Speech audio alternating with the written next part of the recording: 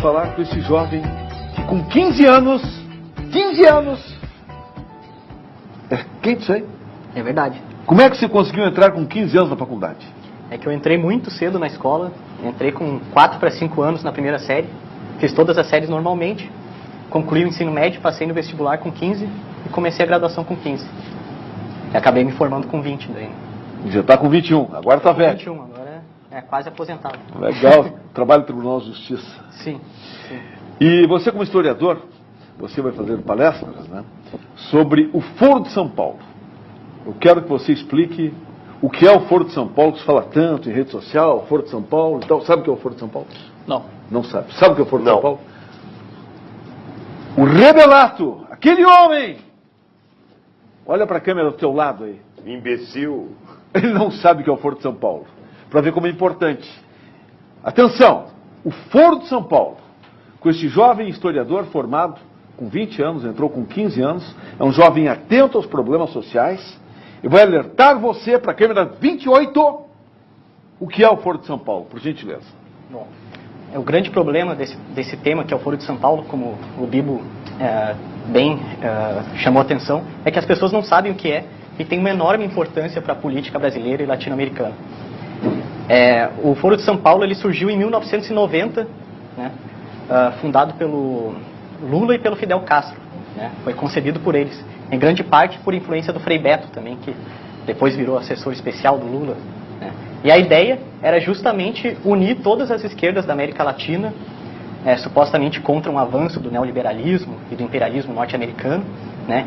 A esquerda na época estava enfraquecida, né. Eles já sentiam que, já em 89 eles já sentiam que o Muro de Berlim ia cair, né, e eles iam perder muita coisa no leste europeu e queriam de alguma maneira retomar isso aqui na América Latina com um novo projeto de socialismo internacional, né. Então a grande ideia deles é criar, e essa é uma expressão que está nas atas do Foro de São Paulo, uma URSAL, é uma sigla que significa União das Repúblicas Socialistas da América Latina. Esse é um projeto deles, mas o mais comum é eles chamarem de Pátria Grande, né. Então a ideia, o Foro de São Paulo em 90 poderia até não ser algo tão relevante, mas o fato é que hoje a maioria dos presidentes eleitos da América Latina faz parte do Foro de São Paulo e foram formados nessa mentalidade e com esse projeto político. E a maioria das pessoas não sabe disso. Eu gostaria também que você colocasse os países que estariam nesse Foro de São Paulo. Claro. Atenção! O Foro de São Paulo ele integra muitos partidos, né? Então, dentre eles o PT, que está aqui no poder, né, desde 2002, mas também integra os partidos dos atuais governantes, da Bolívia, do Equador, da Venezuela, né? Aliás, Hugo Chávez foi uma das primeiras grandes vitórias. Cabe lembrar que em 90, quando começaram, o único governante do Foro de São Paulo que estava no poder era o Fidel Castro, né? Um governante, aliás, que dificilmente se pode chamar de democrático, embora o discurso todo do Foro de São Paulo fale em democracia, né? Mas isso engana, a linguagem, muitas vezes que a esquerda se utiliza, engana o leitor incauto. Essa ajuda que o Brasil constantemente dá para países como Bolívia, Venezuela, bancou o Portimarião em Cuba e por aí afora, tem a ver com o pacto do Foro de São Paulo? Um ajudar o outro? Sem dúvida alguma.